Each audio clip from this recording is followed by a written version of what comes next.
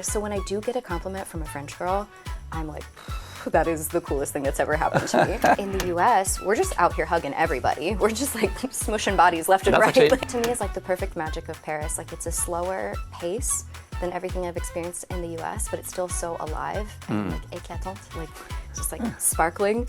I saw everyone coming back with their suitcases on September 1st and saying hi to people at the shops and the boulangerie and all that. And I'm like, this is so cute. Like I feel like I'm in a storybook. French cheese or Californian avocado? I don't want to get deported.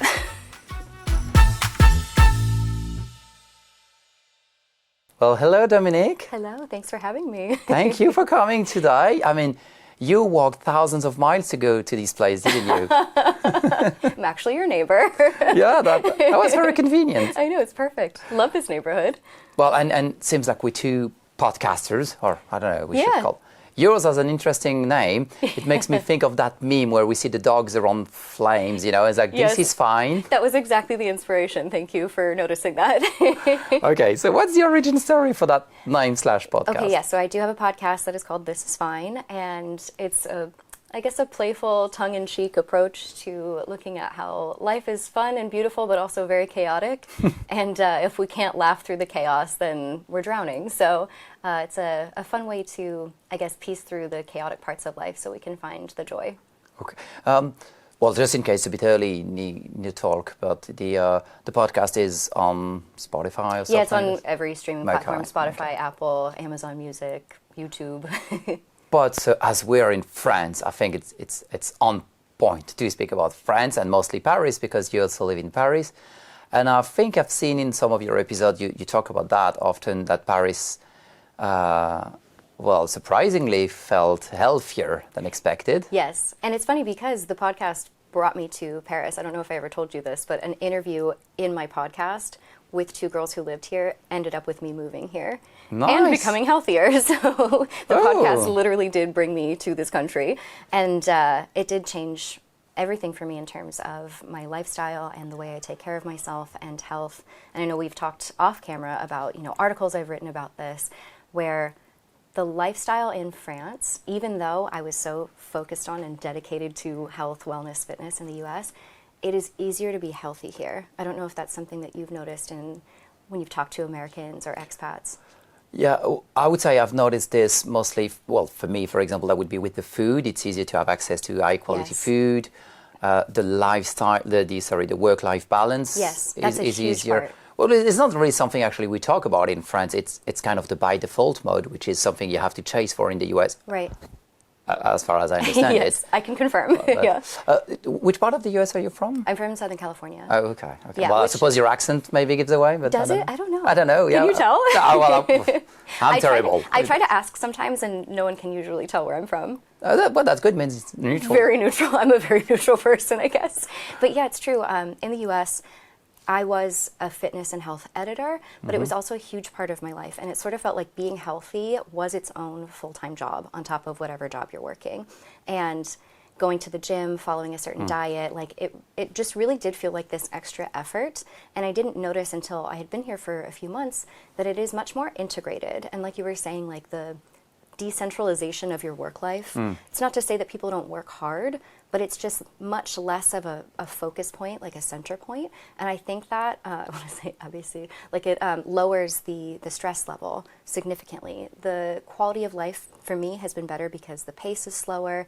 We're focused more on being versus doing. And then just the way that people eat here is more intuitive and natural. To me, that's been, I think, the biggest change is it doesn't have to feel like a job. It can be integrated. And I am objectively the healthiest I've ever been in my life since living here. Oh, nice. Yeah. Nice. Would you see any connection or well, I would say perspective shift in regard to French wellness habits or things you may feel as different that you do here that you wouldn't there? Well, I did end up sort of integrating a little bit before I moved here because I had some training. I did become a health and wellness coach at one point, which I don't practice like as a coach to clients, but just in terms of like my education. I really appreciated the concept of intuitive eating and, like I was saying, kind of integrating it into your overall lifestyle. And that is something that I have noticed in terms of French wellness, where it's less about restriction and more about moderation. And I don't know if you agree with that as an actual French person. Yeah, we don't snack, for example. Yes, More exactly. like, But not you also much. don't limit yourself, like if you want like a sweet something at the end of a meal, like you have a dessert, right? You have things that have butter, that have fat, that have, you know, full carbs. You're eating bread all of the time. This isn't something that's, you know, gluten-free, dairy-free, like off limits. And that's not to say people don't have allergies, but there's no restriction in the way that Americans really restrict. And then, I don't know if it's same in other places, but like when we do kind of like have this sweet or this dessert, and so we would go for a digestive work, for example. This Right. is also very cultural, kind of to like the offset Italians that. as well, passeggiata. Yeah, I would say probably Latins do that, in Spanish also would do that. Yeah, totally. No, Yeah. I love that. And so it is more of a lifestyle versus like this extra thing. Like I'm going to go to the gym afterward. I don't know, it feels more integrated versus separate. No, you're right. Yeah, there's less effort Yes. into this. The effortless French lifestyle. Well, I like it. It shines good, yeah. Yeah. Well, funnily, you've also interviewed a lot of expats yourself. I have interviewed a lot of expats, yes. Have you noticed some trends into expats who moved to France, for example? Yeah. I don't know if it's specific to Americans or people who immigrate in general. For me also, I've noticed this personally, the desire to both integrate but also maintain your identity, to not lose yourself in the mission, in the quest to become part of French or Parisian culture. So just like a small example, Parisians don't really wear a ton of color. I don't know if you've noticed this as well. Well, I'm probably not a good I'm example. not a good example right now today either, but I love bright colors. I love wearing pink. And in the first few months of living here, I really wanted to blend in. I really wanted to just, you know, immerse myself, be part of like the fabric of society. But I realized I was losing a bit of my own personal sparkle, personal style. And I've noticed that in different ways with different people, not just in like, you know, the way you express yourself with clothes, but also, especially with Americans, the way you express yourself with language and volume and even like the compliments, right? I don't know if you've noticed this with Americans. Right, yeah. And I want to clarify, like for the record, if an American is giving you a compliment, it is genuine. Americans are not fake giving out compliments. I want to just clarify this. Like, why would someone go out of their way to say, I really like your shoes, if they didn't actually like your shoes? So this is a misconception I would like to clear up. Well, no, yeah, it looks genuine, so yeah. Yes, but I hear all the time, like, no, that's a fake compliment. Like, no one out here is Regina George mean girling you. Like, it's a genuine thing that it's just the way that we were raised. And I know that's not a French thing at all. Yeah, speaking your mind. If you think something, you say Yeah, it. and especially if you can share a little bit of kindness with a stranger, at least that's how we were raised. So that's something that is not a French thing that I've noticed. So when I do get a compliment from a French girl, I'm like, that is the coolest thing that's ever happened to me. A girl on the metro was like, I love your manteau, like your coat. And I was like, I'm going to keep this coat for the rest of my life. I'm the coolest girl on the planet. But yeah, I guess not losing your American identity or whatever country you're from, like that part of yourself, while also trying to integrate into French culture, French style. Yeah, no, well, it's funny because, well, growing up, my granddad actually raised me into saying, like, if you think something of someone, say it. Yeah. But I know because he kind of insisted on that, I know it's not French. Like, usually the French Right, don't do this it. is specific to your family, not so much like the culture here. And Yeah. that's why he wanted me, like, to kind of, Yeah. And I'm wearing color then. Exactly. I know you've got some color going on too. so France is also about perfumes. And Yes. obviously, I couldn't avoid but noticing that you're kind of into perfumes as well. Would you say there is a difference? I mean, it's funny, you shared an anecdote, which is like, seems like a crazy scene, but like the difference you would say in the scene of like fragrance between US and France, for example. Yeah, absolutely. And I think it kind of goes hand in hand with what we were just talking about. I think American culture in general is louder, is much more bold, sort of like Italian culture, right? Where it's much more expressive and it's very over-the-top confident, where that's not really seen as like polite here. So I would say with fragrance, projection and sillage and having something that's like a beast mode fragrance that, you know, fills a room when you walk in is more American. Not all Americans, obviously, but I would say that's more of a tendance, like a trend in the US versus having it be a little a little bit more intimate, right? Like closer to the skin, like someone can smell you if they come close enough to you. I would say it's like the French subtlety also. I would say, yeah. Right, with like the fragrance We like as to well. be subtle, usually. Yes, exactly. So it's funny, I was just talking with a perfumer recently, and she said the same thing. She wants me to ask my audience on TikTok, why do you want a beast mode perfume? Why do you want to fill this whole space with your fragrance? Why do you want to announce yourself before anyone even sees you? Versus, something that is subtle, and it's for the people who are closest to you. And it's a style preference, right? Like maybe neither is right or wrong. Interesting. Yeah, no, because actually it just made me realize that I've been taught, well, when I was a boy, like I should put the perfume on my skin directly, not on my clothes, so that it's more discreet. Exactly, because on your clothes, people would just feel it when they get closer. Exactly. Yeah. Yep. So it's just a style choice, right? And yeah, you can go either direction, but it is something I've noticed even just on social media from like the American audience to the French audience. I have to be a bit cheeky then, because I've also noticed that you speak about astrology. Yes. Were there any signs out there to move to France or that were lines? That's so funny.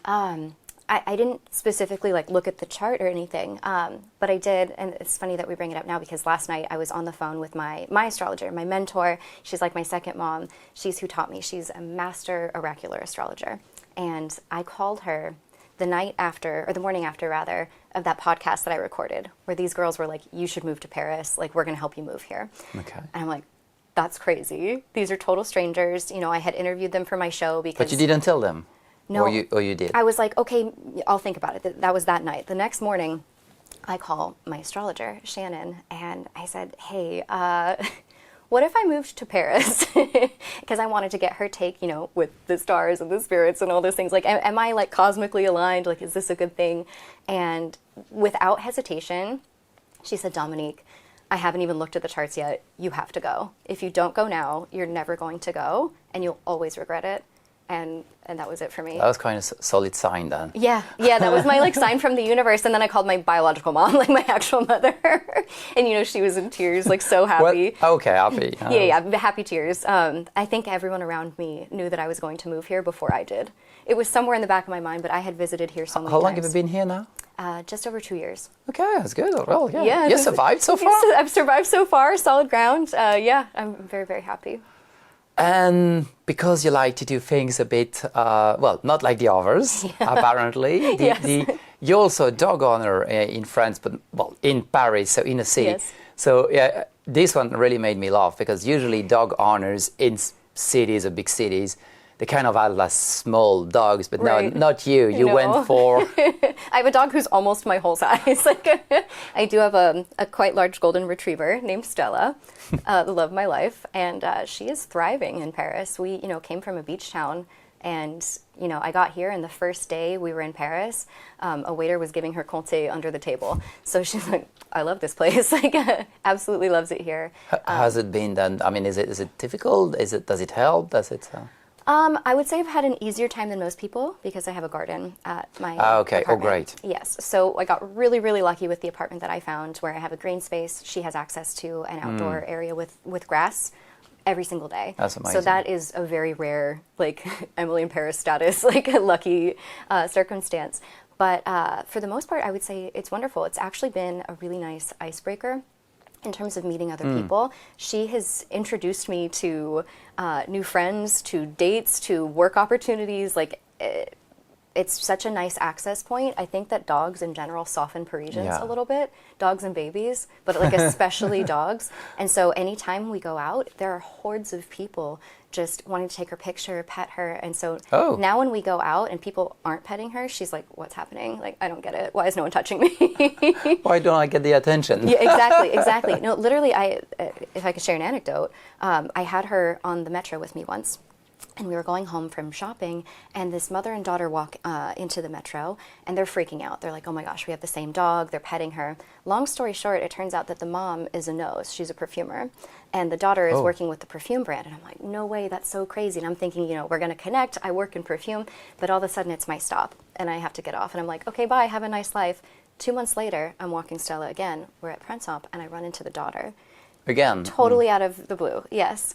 And so we end up connecting again because she recognized my dog. Oh, wow. And then a couple weeks ago, I was at their atelier working with them on perfume, and she's, a big deal. She's a That's huge amazing. perfumer. Wow. Yeah, yeah. So The Paris stars do magic. align for you. The stars are aligning. The dog is helping. It's the Paris magic on the metro. Yeah, well, this is a real Emily in Paris. Yeah, Well, exactly. then we should do a show with Dominique in Paris. Well, talking about Dominique in Paris and Emily in Paris and clichés. Yes. You do share once in a while a few clichés. Like, for example, you say you like to enjoy like a rosé on the terrace. Oh my gosh, yeah. Sometimes I'm a cliche. What is the perfect Parisian afternoon for you? Okay, I will say, since living here, I've learned a bit more about wine. So I don't actually like rosé as much as I've been marketed to in the U.S.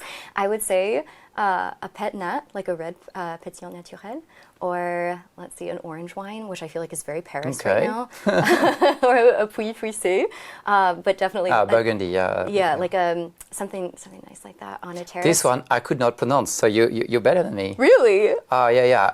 Every single time I like stutter or something. Oh my gosh. I'm working on it.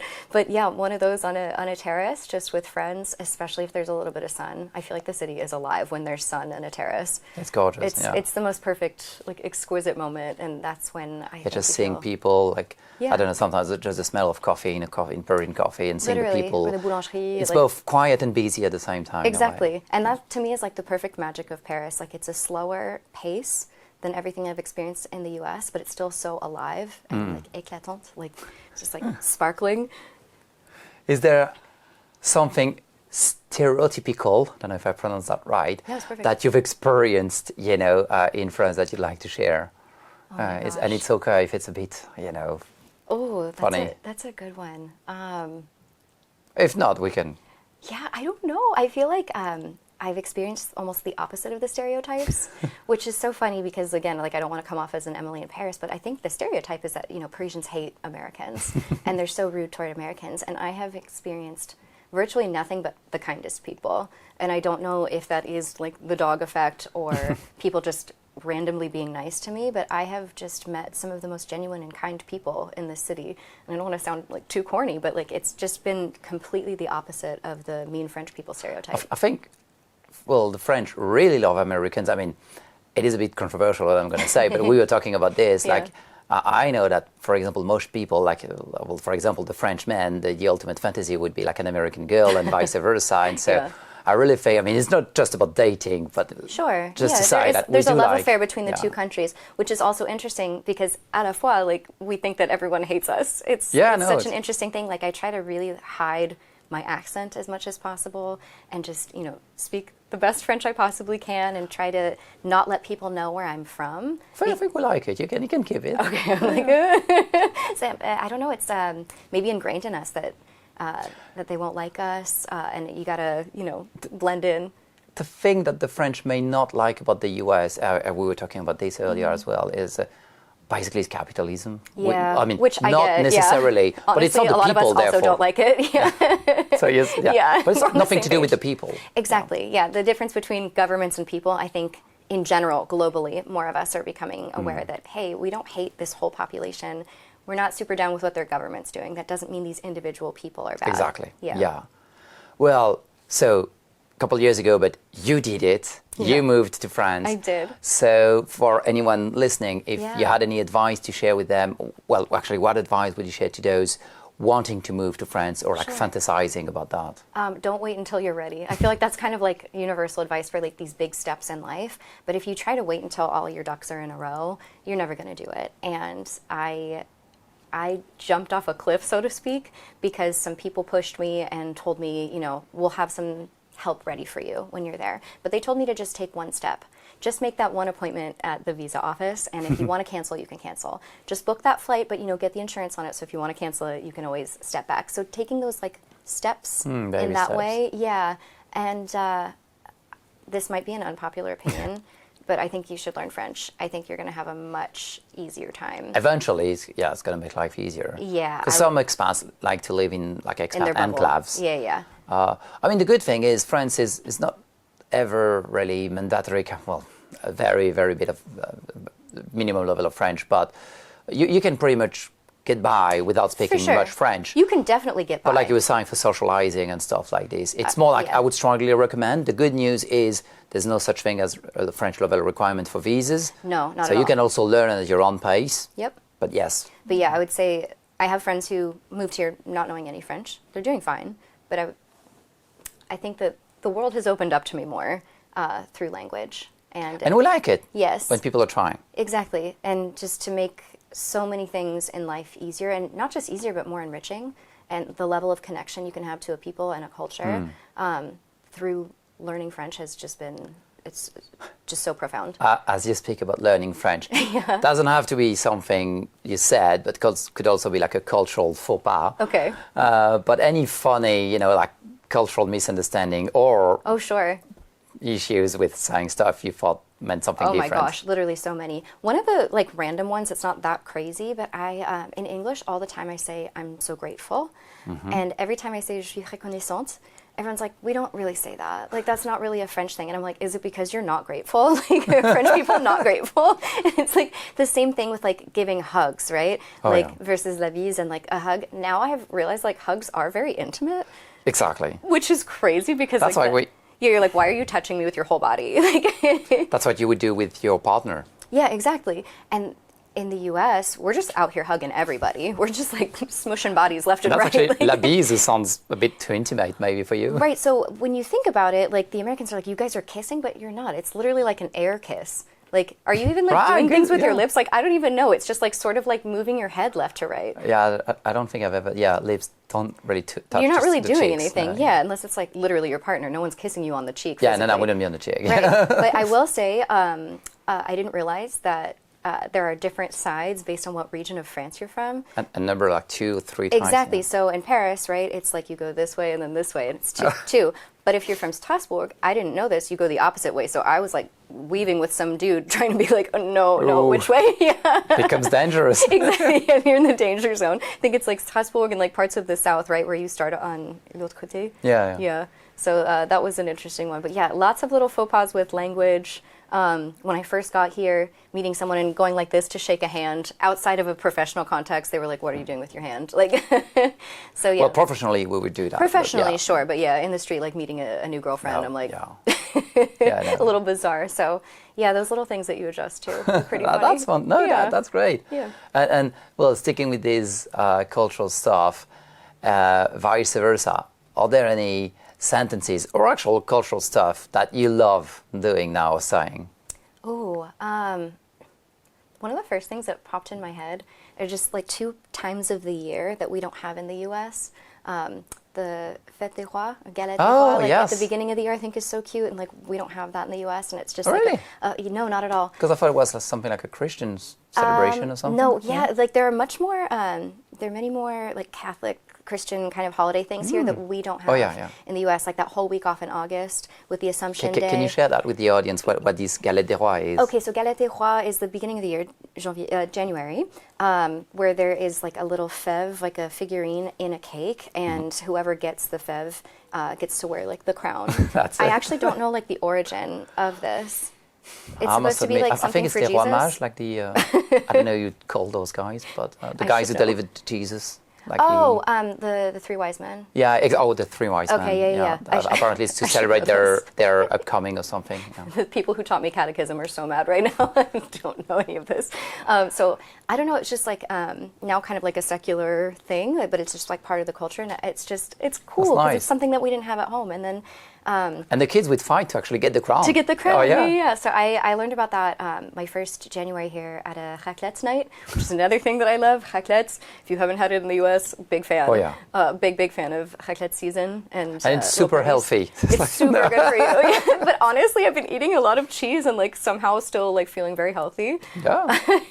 The week off in August, where the Assumption of Mary Day, like virtually no one here works in August, but then there's that week where just everyone's off, and then there's a Catholic holiday somewhere sandwiched in there, and then La Rentrée. Again, because we don't have that month off, it's less of a thing like coming back for like the whole back to school, but not just school.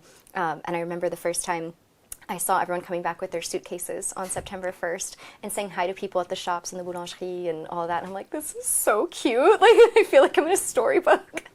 Yeah, it's a good one. Yeah, no, Yeah, right. so like I parts didn't of the realize it calendar. was French specific. Well, I don't know if it's French specific, but yeah, you Like didn't maybe have that in European the US. specific. But yeah, I would say like Fête des Rois.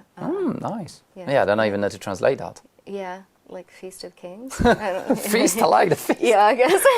The idea of a feast, I like Yeah. it. I'm going to do one of the things I enjoy the most, which Okay. is the quick fire round of questions Ooh, hotspot. for you. Exactly. So let's see the kind of girl you are. So are you rather a croissant or a pain au chocolat kind of person? Croissant. Okay, good. Yeah. What's your favorite Paris arrondissement? Ooh, Could be more than one if you like. quatrième? Oh, well, interesting. I know, I love Ile Saint-Louis. Okay. Oh, okay. Yeah, I know it's like not a popular. That's probably the first time I heard this one. Okay. Really? Yeah, Okay. no. Well, so the best spot in Paris for people watching, what would you recommend? Okay, either- apart from the obvious. Either Ile Saint-Louis. I love, like, at Pont Saint-Louis, where there are sometimes musicians, you can get Vertillon, which is my favorite ice cream, or Rue Montorgueil. Okay. I would say is like a nice little stretch where you can just sit at any one of those cafes and watch people walk That's up and down. the Very lively. Parisian cafe. Yes. Well, again, I have to be cheeky, so I had to sneak that in. The favorite French skincare product you can't live without now? Oh, any of like the Cica creams, like Cica Plus, Cica Fête, Cica Vite, like every gamme, like every drugstore brand has like one of these like heavier creams. Can they have that in the UK or the US? Or Yeah, I think you can get them anywhere. Okay, so for the girls who are watching? Yeah, it's, or ladies? like La Roche-Posay, Aven, this is not sponsored, like any of those brands, SPR. I love like the heavier, the hydrating creams. It's like a nice mask. Because, yeah, we won't share your age, but you look far younger. As I was impressed. I am. You. I'm 57. Good one. That's amazing. Okay. Well, this one, sorry in advance if I don't pronounce that right. More of a French baguette or sourdough? Ooh, baguette.